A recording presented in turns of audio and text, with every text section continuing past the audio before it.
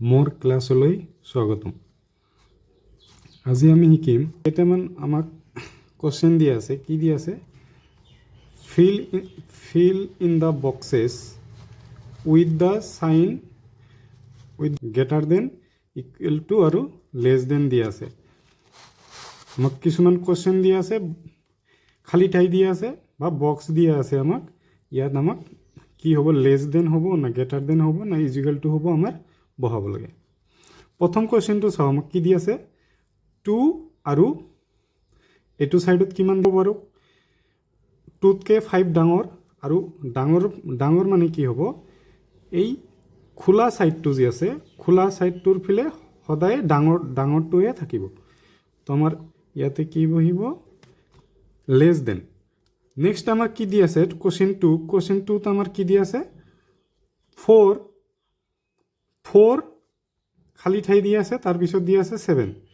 তো আমি জানো 4তকৈ 7 ডাঙৰ, তো আমাৰ কি হ'ব, ইয়াতো লেছ দেন হ'ব, ইয়াতেও কি হ'ব, লেছ দেন। তাৰপিছত দি আছে কি দি, কুৱেশ্যন নম্বৰ 3 দি আছে 0 খালী ঠাই দি আছে, ইয়াতে দি আছে 7।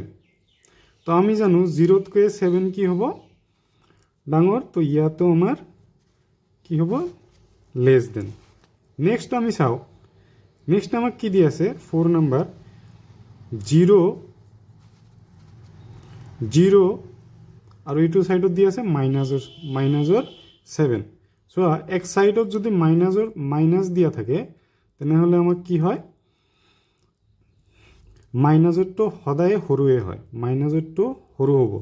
তো আমাক কি হ'ব, 0 ডাঙৰ হৈ যাব, তাৰমানে আমাৰ গ্ৰেটাৰ দেন চিহ্ন হৈ যাব। ইয়াতে চোৱা কি দি আছে 4 খালী ঠাই দি আছে মাইনাছৰ 7। এফালে যদি প্লাছ থাকে, এফালে যদি মাইনাছ থাকে, সদায়ে কি হ'ব, প্লাছৰ ছাইডত মানে গ্ৰেটাৰ দেন চিহ্ন হ'ব। নেক্সট চোৱা 6 নাম্বাৰ -4 আৰু 7। এক ছাইডত মাইনাছ আছে, এক ছাইডত প্লাছ আছে, তেনেহ'লে আমাৰ প্লাছৰ ছাইডত কি হ'ব, আমাৰ লেছ দেন হ'ব। ইয়াতে চোৱা, ইয়াতে আছে দুয়োফালে মাইনাছ আছে, কিন্তু একফালত কি আছে মাইনাছৰ 4, এক ছাইডত আছে মাইনাছৰ 7। আমি অকণমান সংখ্যা ৰেখা বনাই চাওঁ। 0 -1 -2 -3 -4 -5 -6 আমাৰ কি হ'ল 7। ইয়াতে চোৱা, ইয়াতে 0 আটাইতকৈ ডাঙৰ, তাতকৈ সৰু -1, তাতকৈ সৰু -2, এনেকৈ লাহে লাহে গৈ আছে। ইয়াতে চোৱা মাইনাছৰ 7তকৈ -4 কি হৈ আছে, ডাঙৰ হৈ আছে, তেনেহ'লে ইয়াতে কি হ'ব, গ্ৰেটাৰ চিন হ'ব। ইয়াতে চোৱা -5 এইটো ছাইডত আছে -13, তেনেহ'লে ইয়াতেও কি হ'ব, আমাৰ গ্ৰেটাৰ চিন হ'ব। ইয়াতে চোৱা কি আছে, মাইনাছৰ কি দি আছে 5 দি আছে। 0 -5 মানে আমি কি লিখিব পাৰি, -5, আৰু ইয়াতে 5ৰ পৰা 0 বাদ দিলে কি হ'ব, আমাৰ 5। তো এফালে -5, এফালে +5। আমি সদায় জানো প্লাছৰ চিহ্ন থকাটোৱে ডাঙৰ হ'ব, তেনেহ'লে আমাৰ কি হ'ব, লেছ দেন চিহ্ন। নেক্সট চোৱা, আমাক কি দি আছে -7 প্লাছ ব্ৰেকেটৰ মাজত কি আছে -5, সোঁফালে আমাক দি আছে -12। তো আমি কি কৰিম, লেফ্ট ছাইডৰখিনি আমি কৰি ল'ম। -7 ব্ৰেকেটৰ মাজত কি দি আছে -5। চোৱা ইয়াতে আমি কি কৰিব পাৰোঁ, -7 আৰু ব্ৰেকেট মানে হয় আমাৰ, ব্ৰেকেট উঠাই দিলে আমাৰ কি হয়, ইনটু আহে, আৰু প্লাছ আৰু মাইনাছৰ ইনটু কৰিলে কি হ'ব, -5। -7 -5 আমি কি লিখিব পাৰোঁ, -12 কি হ'ব, -12। তো এইটো ছাইডত আমাক -7 প্লাছ ব্ৰেকেটৰ -5, এইটো সলভ কৰি আমি কি পালোঁ, -12। তো আমি ইয়াতে -12 লিখিলোঁ। চোৱা এইটো সাইডতো -12 আছে তেনেহলে দুইটো সাইডে সমান হৈ আছে তো আমাৰ কি হ'ব ইকুৱেল টু নেক্সট চোৱা নেক্সট কি দিয়া আছে -5 -6 + 5 এইটো সাইডত আছে 11 -6 আৰু +5 -6 + 5 চোৱা এনেকুৱা যদি দিয়া থাকে যে এটা মাইনাসৰ দিয়া আছে এটা প্লাসৰ দিয়া আছে তেনে ক্ষেত্ৰত আমি কি কৰিব লাগে মানে আগত আমি চাম ডাঙৰ আৰু সৰু ডাঙৰটোৰ পৰা সৰুটো বাদ দিব লাগে তো 6 ৰ পৰা 5 বাদ দিলো আমাৰ কিমান আহিব 1 আৰু ডাঙৰটোৰ আগত যিমান চিহ্ন দিয়া আছে যি চিহ্ন দিয়া আছে প্লাস চিহ্ন দিয়া থাকিলে প্লাস হ'ব মাইনাস চিহ্ন দিয়া থাকিলে মাইনাস হ'ব তেনেহলে এটো আমি কিমান পালো মাইনাসৰ 1 এটো সলভ কৰি আমি পালো -1 আৰু এটো সাইডত আছে 11 আমি আগৰ পৰাই জানো যে মাইনাস যদি এফালে থাকে এফালে যদি প্লাস থাকে প্লাসৰটোৱে সদায় ডাঙৰ হ'ব বুজিছে